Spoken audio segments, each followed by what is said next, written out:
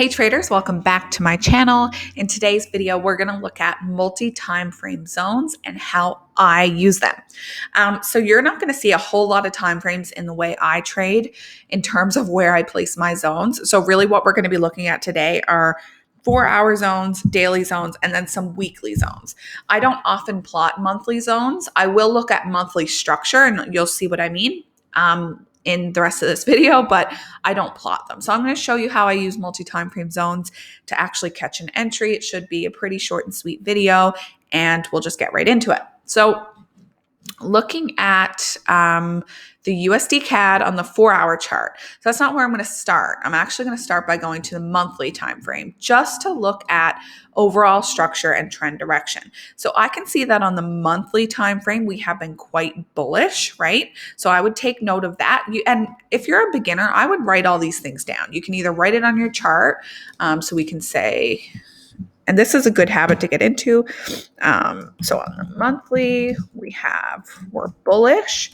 And then I'll look at any structure that is significant to me. So is there any structure here? Meaning, is there an area here that price has rejected often? Okay. And I can see that, and I'm not going to keep this zone in. Like I said, I don't use monthly zones, but I can see there are multiple times around this area where price has reversed, and we can see that that actually did happen already. So although, yes, we have been really bullish, that's something I'm going to make note of, because on the higher time frame, it looks like we could have a reversal from a major reversal area. And I'll just say MRA, okay? So just write that in. That's a really good tip if you start getting confused after, or you're like, what did I see on the monthly? That's a good tip to take note of. So that's what I'm seeing there. Now I'm going to delete that, because what's going to happen if you use monthly zones, they're so big that once you go to the lower time frames, they're insignificant. So let's go to next, the weekly time frame. All right. Now let's see on the weekly time frame, are we seeing anything different? Okay. So no, we're still quite bullish. We're definitely getting, and you can really see here now on the weekly, this reversal area. Okay. So now what I'm going to do is zoom out. I know you can't see candles right now, but I just want to zoom out to that same area and say, okay, we definitely have a reversal area here on the weekly. I will keep this reversal area in, and I'm going to keep it pretty small just because I want it highlighted to know that this is where we reversed from. We've already seen the reversal happen. Okay. Structure hasn't quite been broken yet though. And I'll show you what I mean by that. Hang on. So I'm going to make my weekly zones orange, or my weekly zone orange. I always keep my zones a different color. And a good idea as well is to make note of what color your zones are. So if we go, I'm just trying to, yeah, there we go. Make another note and say, okay, weekly orange zone plotted, reversal at zone. Okay. It's a good idea to keep us on track. What I mean by structure hasn't quite been broken is you can see that this trend, this could have technically been a pullback. So if we were to plot an EMA here, and that's how I don't like trend lines. So I use an EMA as a form of structure. Some people don't consider that structure. I consider it dynamic support or resistance. So we could put the 50, or we could put the even 200. Sorry, I should have put the 200 first. Let me get my mouse working. Let me put the, oh no, what did I do? Okay, there we go. Let's put the 200 in here, because 50 I'm going to use more for entry, right? So now that we've got the 200, we can see here that our 200, which really gives us an indication of just overall trend direction, not great for entry because you're going to miss out on a lot of opportunity where it's not touched often, but it is a really good indication of trend direction, and it hasn't broken it yet. It's tried. So this is telling it's tried. And you can write this in too. We can say, attempted to break 200 EMA on, and we know we're on the weekly because that's what our text is for, but currently no structure broken. So that's what I would put there.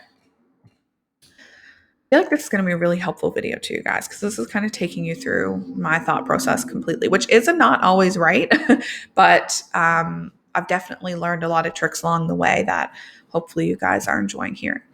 So next we're going to go, and this is our top-down analysis, we're going to go to daily, right?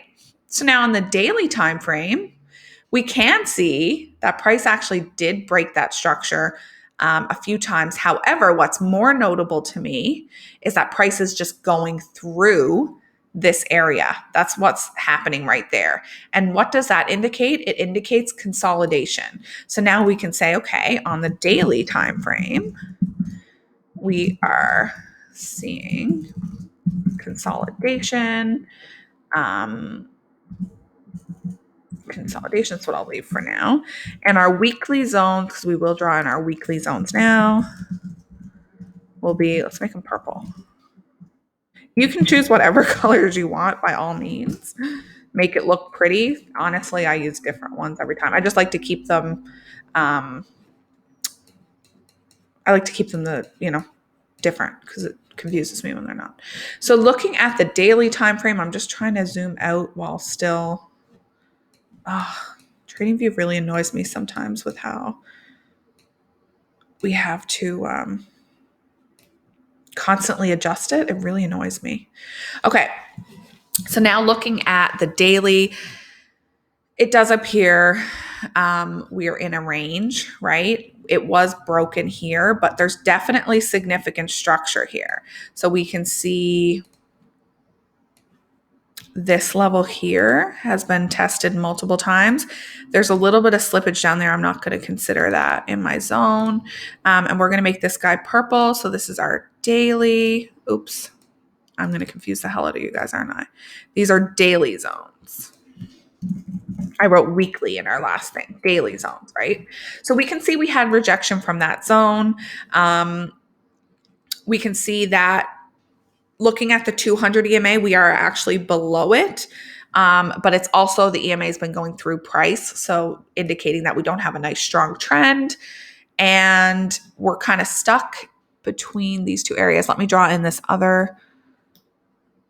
is our resistance zone.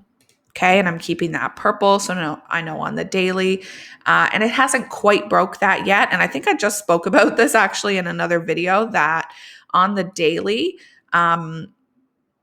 we're pretty close to breaking this EMA and this zone that we have here. So that's how I would look at my daily time frame right now, and very, very typical for the USDCAD to be consolidating a lot. And to be retesting certain structure. So that's very, very typical of this pair. What I would look for now is a break of this 200 EMA. So let's go back now and say, okay, what was our higher time frame trend that we wrote in? So we're bullish on the monthly, we're bullish on the weekly, but we were at a reversal zone, which is really significant. And that reversal zone is up here. So we could see a continuation downward because we were at that major reversal zone. So that's really, really important because when you get into actually entering a trade now, right, you're not going to be so enticed to enter a buy when we were just at a major reversal zone. We could see a really significant push down.